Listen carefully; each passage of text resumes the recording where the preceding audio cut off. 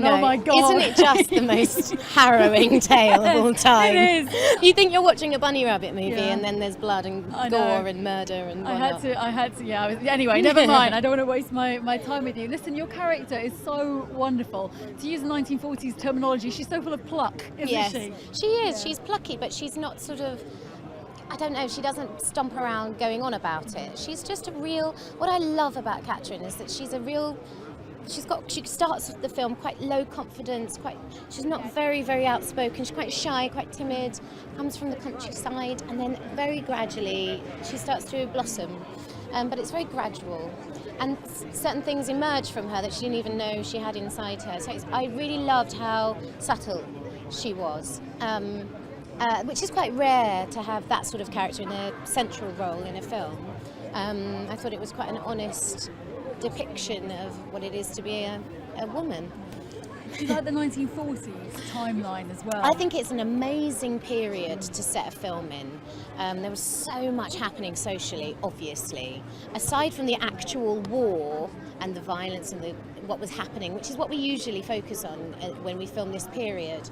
But for cinema at the time, it was the golden era. I mean, films were being made just one after the other. Films were needed at that time. There was an escape, there were a lifeline.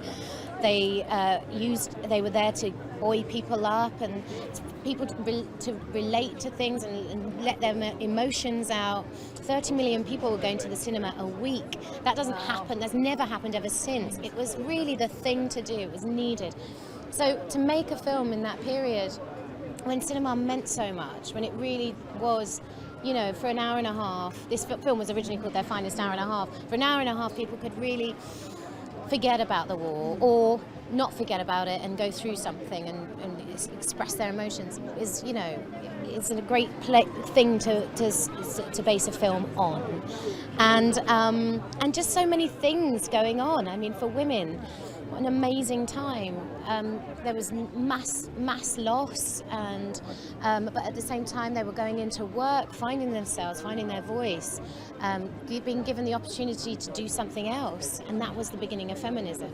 Yeah, for sure. Does a nice cup of tea make everything better? Because I loved all those sly references in the film. It's so British, isn't it? It does help. It does help. A really nice, hot, milky cup of tea does help. Did it make you feel differently about London? I thought it was amazing the way it portrayed the Blitz. I'd never seen that before, with that undertone of humour as well, and love. Well, when you talk to people who lived through the Blitz in London, they actually, aside from all the catastrophic daily kind of destruction, there was a real sense of community and getting on with it. And I know that sounds a bit sort of cliche now, but that's how you had to be in order to get through it. And a lot of people say that it was actually quite a happy time in their lives, because there was, I think it's something that we lack now, this sense of community, this sense of, you know, being able to rely on your neighbour, turning up at work, your house is bombed, you don't have any clothes left, so you ask your friend, and you know, you didn't need much. And so yeah, I mean, the Blitz, wow, I can't imagine what it must have been like, but a real banding together. I think it's a real love letter to the British sort of attitude, this film, of, you know, that keep calm and carry on, but it's more than that. It's sort of, we can actually be quite optimistic people, I think. Yeah. As long as you have a cup of tea, I mean, we're fine. It's wonderful. I love the film, Oh, Gemma. thank you so much. Thank you. Thank you. The Welsh accent. How did you enjoy doing that? I was completely nervous about it, I have to say. I worked on it quite a lot. I decided to do something that wasn't that strong, because I think that would have been a bit jarring maybe amongst all of these sort of clipped RP tones. But yeah, it actually was the key to getting me into the kind of softness of Katrin, because it's a very whimsical accent, very soft and melodic. So it made her seem different to everybody else.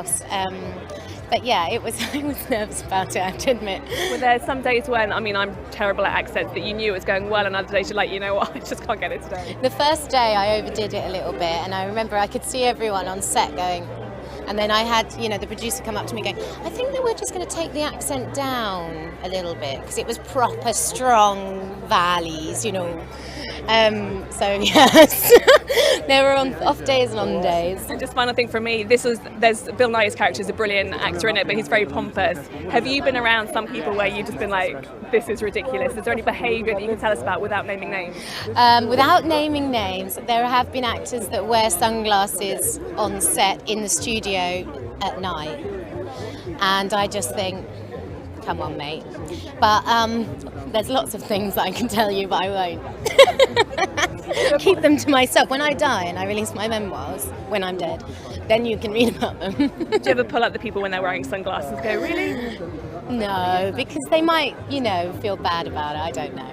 People do it for a reason. Usually it's kind of, they're insecure or something, so. Even in the same scene or even in the same shot, and that I really like. Looks like Bill's going the other way. Here, the tradition for the very intimate, low budget, best of the small films in the world, but you also have the skills where people can make the biggest films in the world. So you get both the super professional, best artistry and craftsmanship, but you also get an understanding that film should have intimacy and taking chances.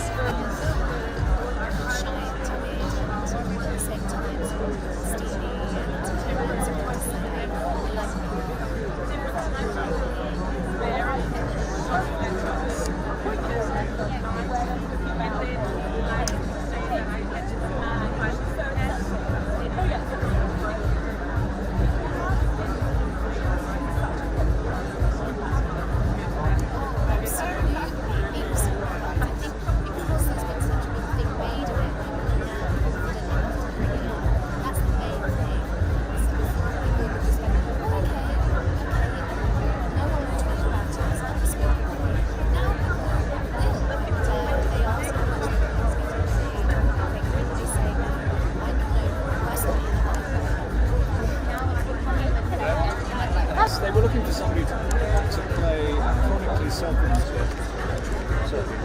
Hello, I'm Lydia from ITN. How are you? You managing? Are you not too cold? I'm alright, actually.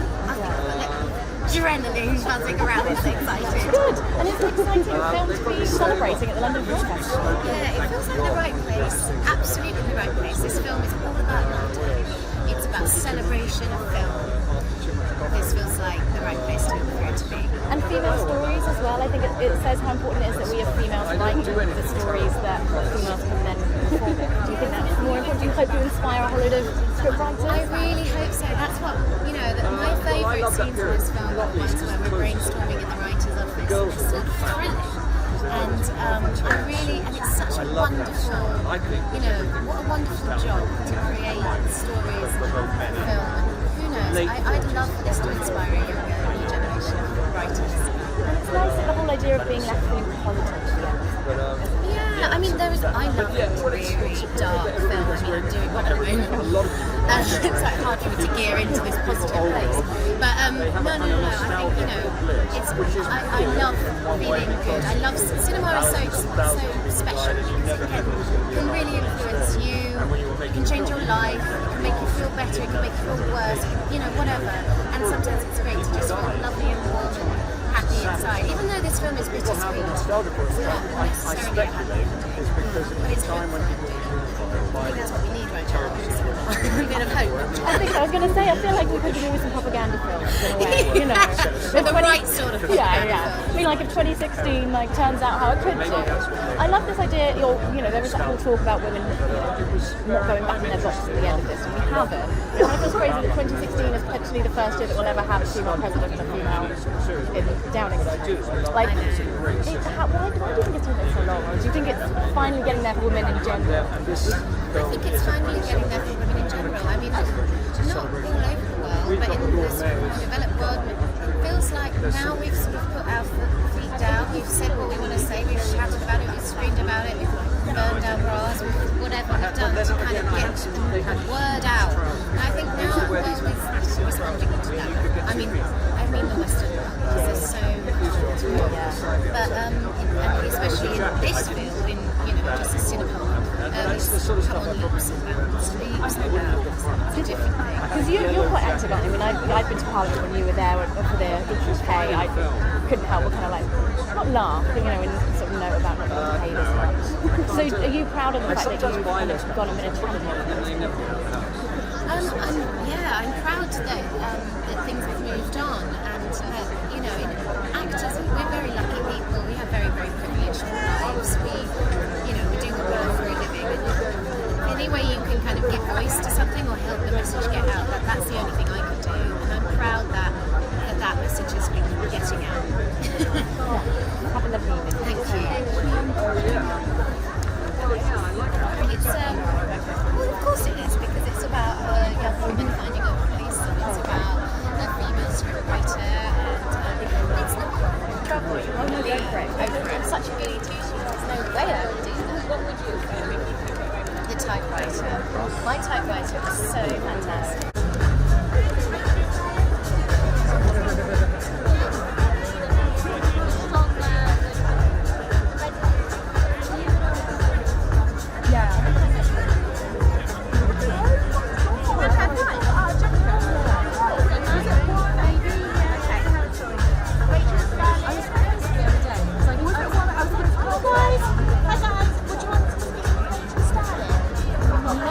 Could you quickly do me a favour and tell that lady, could she move out of the way? Right here, this one.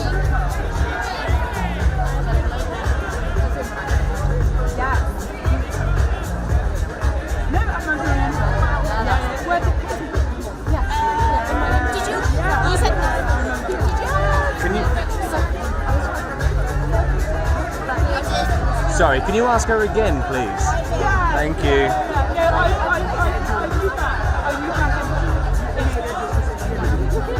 Very different. She's in the VIP shot, she has to move out of that shot first. Right.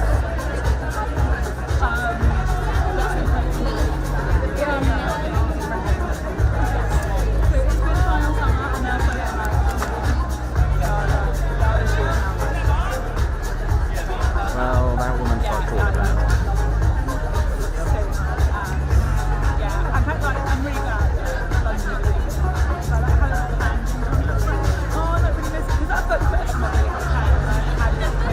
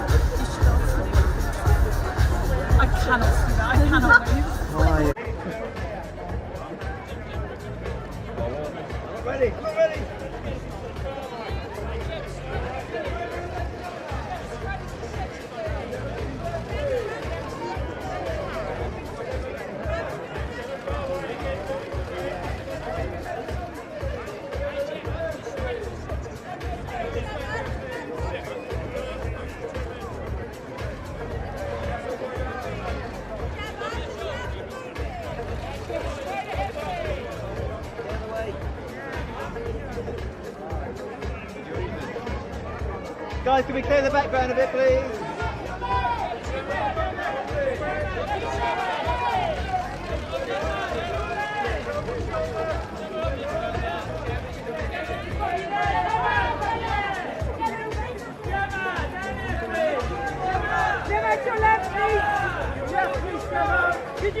Gemma, looking round to your left, round to your left, round to your left, to your left, to your left.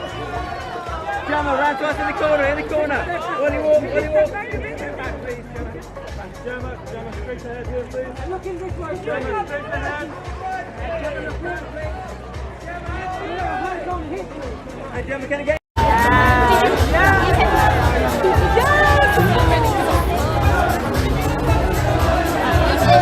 Sorry, can you ask her again, please?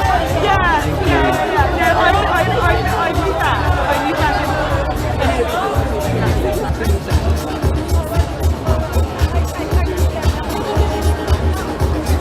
I'm trying to get some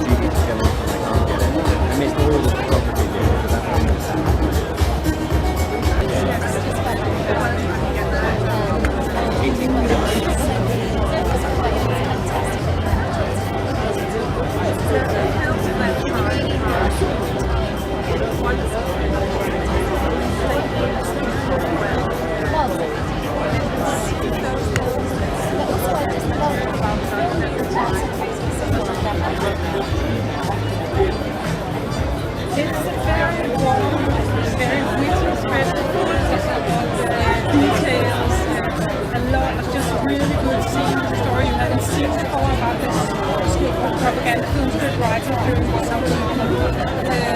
It's a fantastic, moving chapter in the history of London. There's a lot of love in the script and dialogue in the script. I could go on and on. You mentioned about what roles there are. Do you think you need more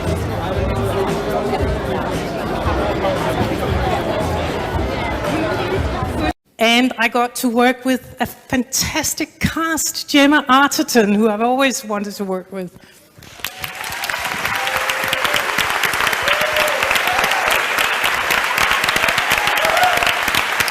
And Sam Claflin, it's been such a joy to work with again. And Bill Nye.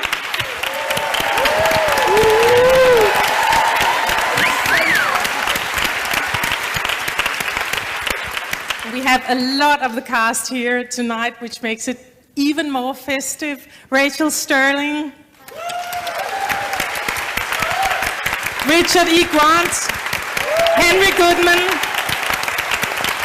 and the cast of the film within the film, Hubert Burton, Stephanie Hyam, Marcus, Patrick Gibson, Julia Davis, and then the core of the story, the twins, Francesca and Lily Wright.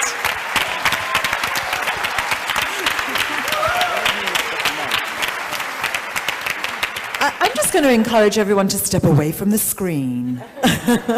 We want to show a film, a very wonderful film on that screen. Thank you all so much for being here. And Lona, I'm just going to ask you a little bit about how you came to the film, and also because this is a film, again, where you go into the psyche of British people, and what is that attracts you as a director? I read the book a long time ago, and then heard that it was going to be filmed, then went on to do the Riot Club, then found out that Amanda and Stephen, I think maybe you sent it to me originally, and that the project was still there. Then I fought to get the job, especially because of what Gabby wrote. And what I liked so much and like so much about working here is that you can try and be very funny and very emotional at the same time, and people will think it's all right. And it's everywhere in this. It's in the courage to do something, create something in such a horrific, dramatic world that still has the lightness of your material. It's the incredibly musical, sociable, kind, mild, witty actors who also have the courage to sometimes leave the humor alone and be more emotional at times in this film. And it is working with all these actors that I didn't know, that have contributed in many, many ways with the many, many details and this dense, complex script, and help made it light and clear, and something that I'm really proud of, and that I hope you'll enjoy. Thank you. Gemma, I'm going to ask you, the audience is about to see, I think, an incredibly brilliant performance from you, and inhabiting a role that I genuinely love, which is a woman who, in the context of a very troubled time, finds a way towards her own liberty. And I just wonder if you could talk a little bit about your attraction to her character. So I play Catherine Cole, who's a screenwriter, sort of falls upon it and and she's Welsh. I apologise in advance for my accent.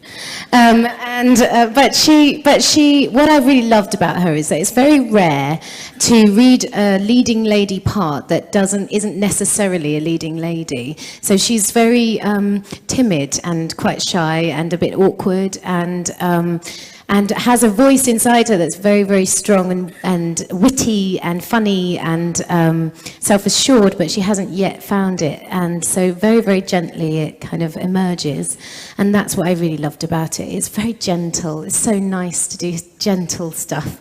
And it was Stephen touched upon it in his speech, but it was such an incredible time for women. Suddenly, they were given jobs that, working in factories, building planes, flying planes, driving trains and buses, and it was a real time of liberation. Really, it was sort of the beginning of feminism in the UK, and a real discombobulating time as well for women, because they kind of weren't used to that sort of position. And I think that you kind of see that very gently in this film. Such a great backdrop to shoot a film about what was going on in London and for women, but very, very gently done. And that's a real credit to Lissa for kind of coming up with the idea, and Gabby, of course, for the script. So I hope you enjoy that aspect of it. Thank you. And Sam, can I ask you, we're seeing you play a character in a very productive time. I mean, Stephen's touched on it in his introduction for actual film production in London. And did you do sort of research as a cast into that period? Yeah, we all together, all of us. No, I mean, I think it was a real insight for me into a world that I wasn't overly familiar with. My knowledge of films, especially dating back to the 1940s, is very, very, very limited. But Stephen, of course, sort of threw a few titles at us, and there were a few opportunities for us to sit down as a cast and as a crew, and on my own. Sorry, Laura, my wife was unfortunately sometimes subjected to sit through some films at the time, and I think, do you know what, it's a different world. We watch these films nowadays and we kind of go, oh my God, that's so hammy, but at the time they were so relevant and so sort of influential in so many inspiring ways. And I think having the opportunity to portray a character who is and lives and breathes that was really quite interesting and new and challenging in many ways. It was an incredible, insightful experience. Thank you. And lastly, Bill, you get to play an actor, and there's so much playfulness and pleasure in this performance for you. I'm interested in how you came to that role. How dare you? They were looking for someone to play a chronically self-absorbed, pompous actor in his declining years.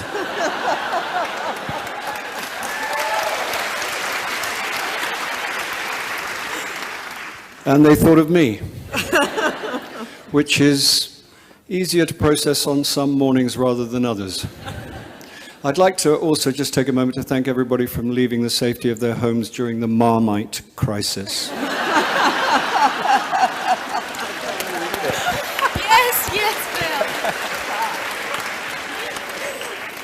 Bill. These are uncertain times.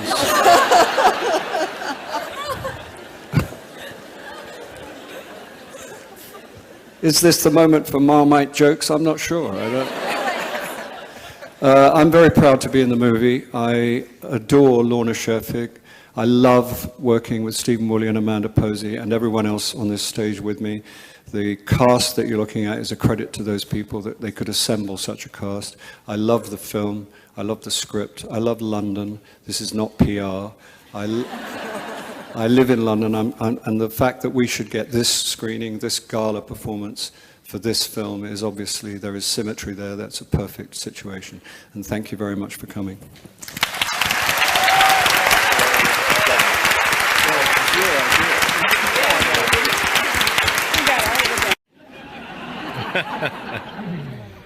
How dare you?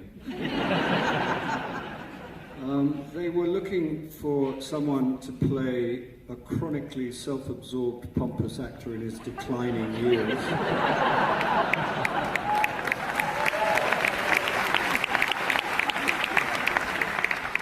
And they thought of me, which is easier to process on some mornings rather than others.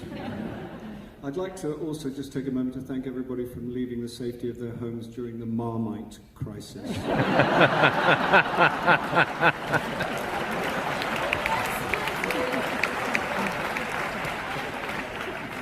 These are uncertain times.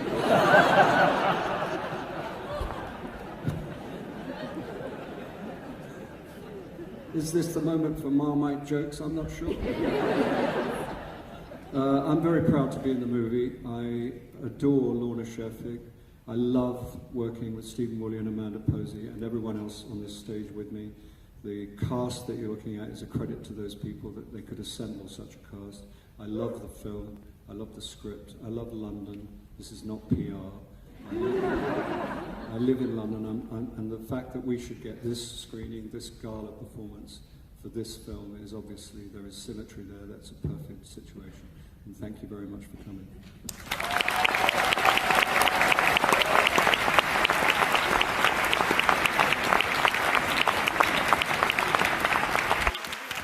Well, I am very confident that there is not going to be a Marmite reaction to this incredibly superb film. Will you please join me in congratulating and thanking the team from their finest?